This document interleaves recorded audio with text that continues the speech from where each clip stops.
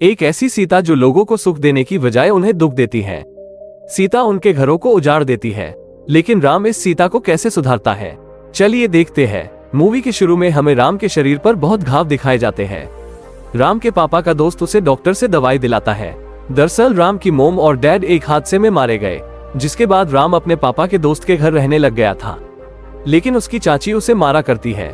Doctor Ram के चाचा को उसकी वाइफ से दूर ले जाने की सलाह देता है, जिसके बाद राम के चाचा उसे एक आश्रम में छोड़ने चला जाता है।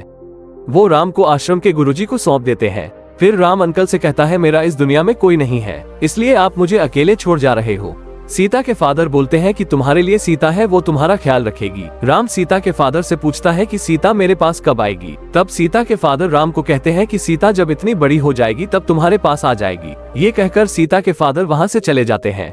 अब कई साल बीत जाते हैं और हम एक बस्ती देखते हैं जहाँ छोटे बच्चे खेल रहे थे। तभी कई सारी जेसीबी आकर बस्ती के घर तोड़ने लग जाती है और पुलिस वाले बस्ती वालों को वहाँ से जाने को बोलते हैं, पर बस्ती वाले वहाँ से जाने को मना करते हैं तो पुलिस वाले वहाँ तोड़ फोड़ करने लगते हैं।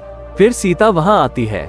सीता बहुत घमंडी होती है, उसे पैसे के अलावा कुछ नहीं दिखाई देता। सीता बस्ती वालों को वहाँ से जाने को कह देती है, क्योंकि उसे एक शॉपिंग मॉल बनाना है।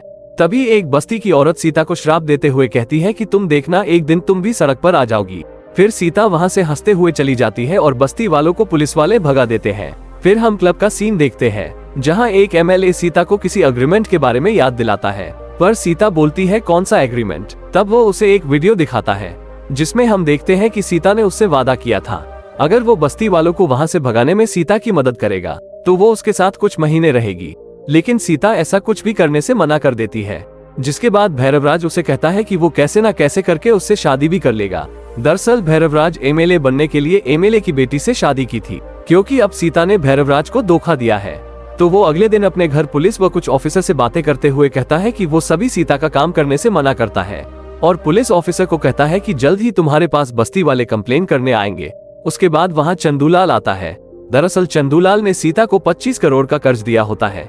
भैरवराज राज चंदूलाल को उससे अपना कर्ज वापस मांगने के लिए कहता है, लेकिन जब चंदूलाल अपने पैसे मांगता है तो सीता देने से मना कर देती है। दूसरी तरफ हम देखते हैं कि बस्ती वाले पुलिस स्टेशन कंप्लेन करके अपनी बस्ती में वापस आ जाते हैं। फिर सीता के असिस्टेंट को देखते हैं, वो सीता को बता रहा होता है कि उसके फादर अब नहीं रहे। सीता उदास होने की वजह और खुश हो जाती है, क्योंकि अब उसके फादर की पूरी प्रॉपर्टी सीता के नाम हो जाएगी। सीता अपने फादर का अंतिम संस्कार करने के बाद प्रॉपर्टी नाम कराने के लिए कोर्ट जाती है। कोर्ट वाले उसे एक मंगलसूत्र देकर कहते हैं कि बस इतना ही तुम्हारा नाम है। सीता उन्हें पूछती है कि उनकी और प्रॉपर्टी किसके नाम से है। कोर्ट में उसे पता चलता है कि बाकी की सारी प्रॉपर्टी राम के नाम है। दोस्तों, ये राम वही राम है जो हमें मूवी के शुरू में दिखाया गया था, और उनके फादर का ये सपना था कि बड़े होकर राम और सीता एक दूसरे से शादी कर ले। लेकिन सीता राम से चिढ़ा करती थी, लेकिन फिर भी सीता राम के आश्रम जाती है, जहाँ सीता राम को उसके फादर की डेथ के बारे में बताती है। फिर राम उसकी हाइट उस हाइट से कंपेयर करता है जो सीता के फादर ने बचपन में निशानी लगाई थी, लेकिन सीता छोटी मोटी हरकतों को देखकर गुस्सा हो जाती है। फिर हम फ्लैशबैक में सीता के फादर को देखते हैं, जहां वो सीता को 7 करोड़ देकर बोलता है कि अगर वो राम से शादी करेगी तो उसे मुंह बोली कीमत मिल जाएगी, क्योंकि अब सीता को 50 करोड़ चाहिए था। तो वो 7 करोड़ लेकर गुस्से में वहां से चली जाती है। फिर हम प्रेजेंट में आते हैं, जहां सीता गुस्से में एक मंगलसूत्र राम की छाती पर मारती है और बोलती है कि तुमने क्या सोचा था कि प्रॉपर्टी के लालच में मैं तुमसे शादी करूंगी, ऐसा कभी भी नहीं हो सकता। और वो इतना कहकर वहां से चली जाती है। रास्ते में उसके असिस्टेंट का कॉल आ जाता है। वो सीता को बताता है कि पुलिस उसे 48 घंटे में अरेस्ट कर लेगी, अगर वो घर आए तो साथ में पैसे लेकर जरूर आए। फिर सीता वापस राम के पास जाती है। सीता राम से सॉरी मांगती है और बोलती है कि मैंने जो बोला वो इमोशन में निकला। सीता उसे अपने साथ चलने को कहती है। राम सीता को गुरुजी से परमिशन लेने के लिए बोलता है, लेकिन सीता परमिशन लिए बगैर उसे अपने साथ गाड़ी में ले जाने लगती है। दूसरी तरफ हम गुरुजी को देखते हैं। गुरुजी बोलते हैं कि 10 बजे वह वापस आ जाएगा। दूसरी तरफ हम राम को देखते हैं, जो अब चाय के लिए गाड़ी में बहुत जोर जोर से चिल्ला रहा होता है। सीता उसे जल्दी से एक ढाबे पर ले जाकर चाय देती है। वहीं पर हम भैरवराज के आदमियों को भी देखते हैं, जो भैरवराज सीता की पल पल की खबर दे रहे थे। राम चाय पीने के बाद जोर जोर से चिल्लाता है और 10 बजे वाली टैबलेट मांगता है, क्योंकि सीता भी उसे टैबलेट के बारे में नहीं जानती थी। तो वह गुरुजी पर कॉल करके टैबलेट पूछती है, लेकिन गुरुजी उसे राम को वापस लाने के लिए बोलता है। राम की हार्ट बीट काफी तेज हो जाती है और सीता भी अपनी जिद पर अड़ी होती है, जिस कारण मजबूरन गुरुजी को उसको टैबलेट का नाम बताना पड़ता है।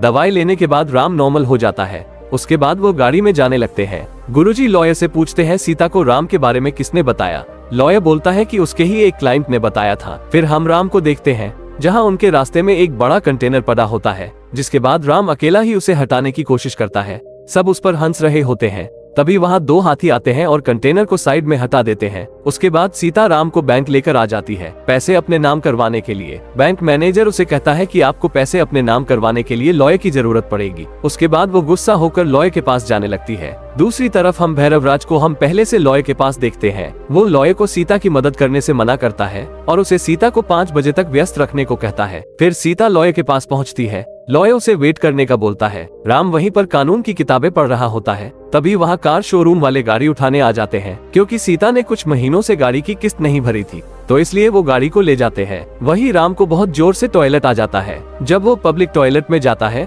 तो वो गंदगी के कारण से वहाँ सुसु नहीं करता, बल्कि वो सीधा लॉयर के टॉयलेट में जाकर सुसु करता है, जिस कारण लॉयर को गुस्सा आ जाता है। वो उसे भला बुरा बोलता है। इसके बाद सीता राम को अपने साथ लेकर वहाँ से चली जाती है।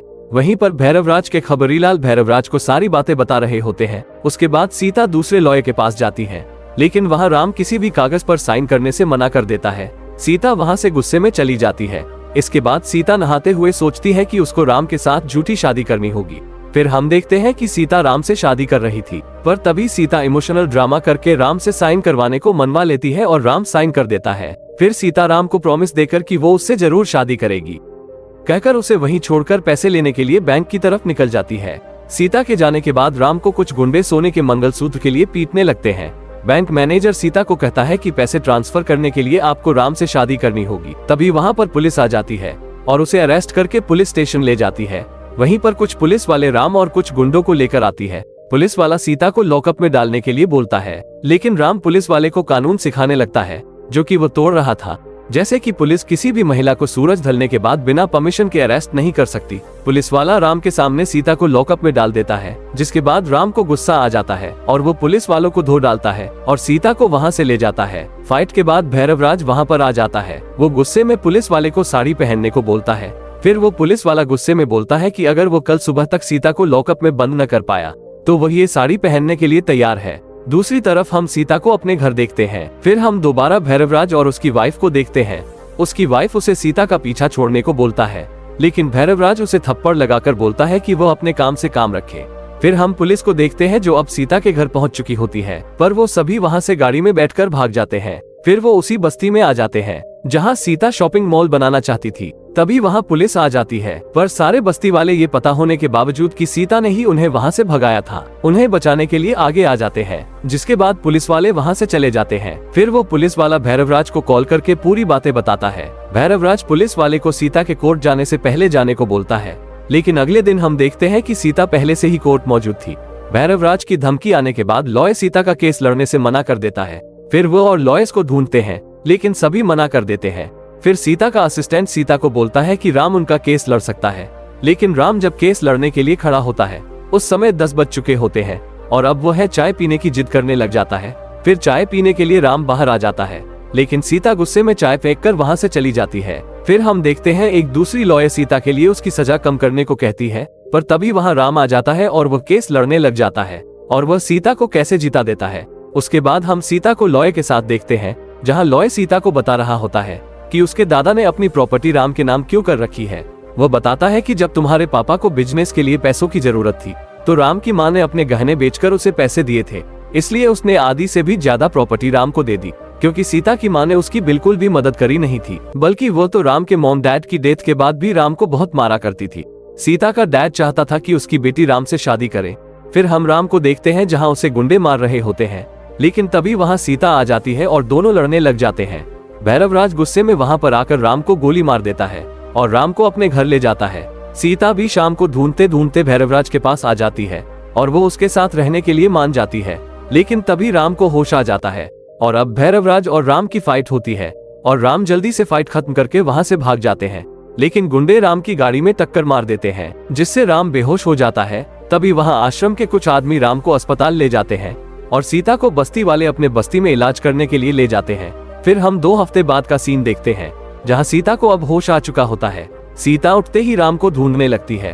वो राम को ढूंढते ढूंढते आश्रम आती है। पर उसे वहाँ जाकर पता चलता है कि राम अब नहीं रहा। ये देखकर वो बहुत रोने लगती है और वो वहाँ से चली जाती है। दूसरी तरफ हम देखते हैं कि राम अभी भी जिंदा है। बस गुरुजी राम को सीता से दूर रखना चाहते थे, पर राम को सीता के पास जाना था और वो वहाँ से निकल जाता है और सीता से मिल जाता है। फिर सीता राम से माफी मांगती है और राम उसके गले में मंगलसूत्र पहना देता है। तभी वहाँ भैरवराज आ जाता है और एग्रीमेंट के हिसाब से सीता को ले जाने के लिए राम से पूछता है। राम इसके लिए पहले तो हाँ कर देता है, पर जैसे ही वो सीता को ले जाने लगता है तभी राम उसे सीता को ले जाने के लिए मना करता है और उसे लड़ने लगता है। उसी टाइम भैरवराज की वाइफ उसे पीछे से गोली मार देती है। फिर हम कुछ दिन बाद देखते हैं कि सीता ने बस्ती वालों को उनकी जमीन वापस दे दी।